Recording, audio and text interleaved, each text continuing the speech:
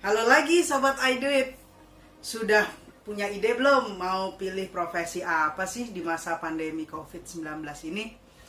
Video sebelum ini sudah membahas satu profesi atau bisnis pilihan pada zaman new normal. Tapi kan cuma satu aja, tentu mau dong lebih banyak pilihan. Video ini mau membahas beberapa profesi yang tahan resesi selain yang sudah dibahas di video sebelumnya.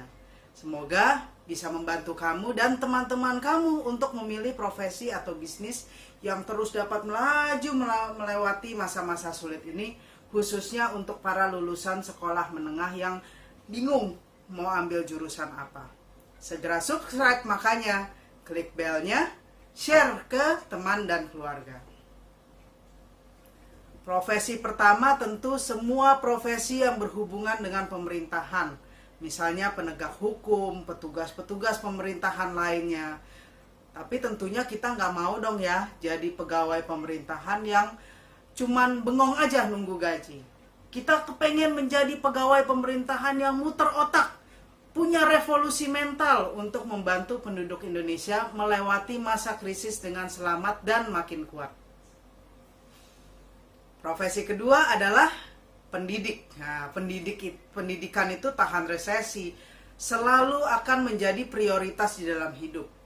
Masyarakat Indonesia makin merasakan kebutuhan akan pendidikan berkualitas, baik pendidikan formal dari sekolah dasar sampai kuliah, maupun pendidikan-pendidikan informal kayak kursus-kursus yang meningkatkan pengetahuan dan keterampilan tertentu.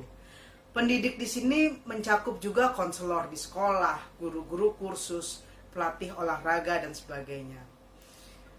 Pendidikan, khususnya pendidikan berkualitas, akan dirasa makin penting lagi karena dalam masa krisis ini makin jelas bagi banyak orang bahwa mereka akan mendapat pekerjaan yang lebih baik ketika mereka memiliki pendidikan yang lebih baik. Sementara itu berbagai program sertifikasi juga akan dirasa makin penting. Kalau dulu sertifikasi atau sertifikat itu dianggap hanya sebagai bonus, kini makin banyak perusahaan yang akan mensyaratkan sertifikasi sebelum mempekerjakan seseorang.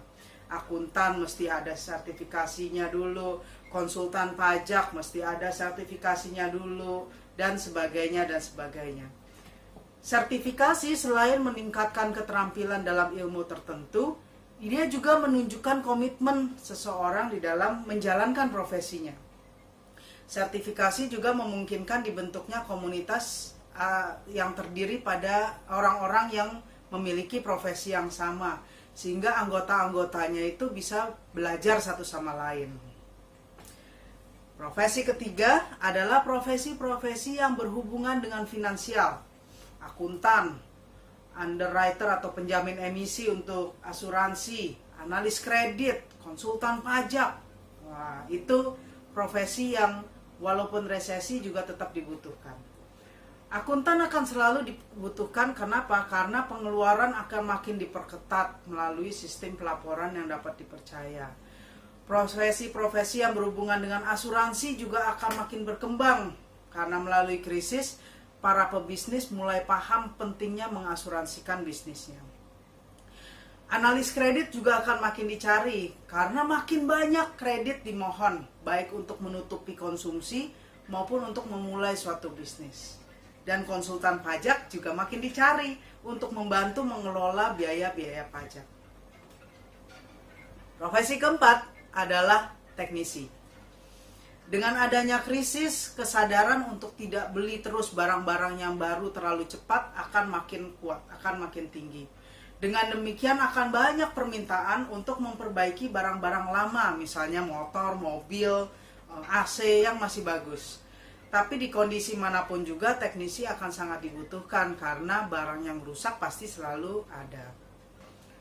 Terakhir adalah profesi-profesi di bidang hukum. Di dalam krisis ada beberapa profesi hukum yang secara menonjol dibutuhkan. Bisa nebak nggak? Pengacara perceraian. Lucu ya rasanya ya.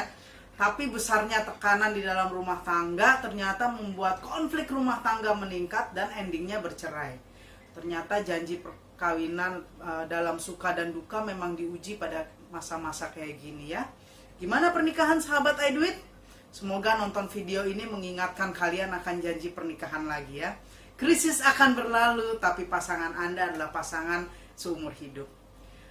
Lainnya lagi adalah pengacara untuk kebangkrutan, kepailitan. Kita akan melihat banyak bisnis yang bangkrut. Ini jelas butuh proses hukum yang harus dibantu oleh para pengacara khusus. Nah, inilah profesi-profesi yang menonjol pada saat resesi. Apakah kalian langsung mau pindah ke profesi ini? Ya bisa kalau pas lagi cari jurusan buat kuliah. Tapi kalau sudah mantap ya nggak usah galau. Di video lainnya saya akan bicara tentang kolaborasi antar profesi. Jadi nantikan saja, subscribe, klik bell, share, komen untuk pertanyaan dan ide lainnya. Sampai ketemu!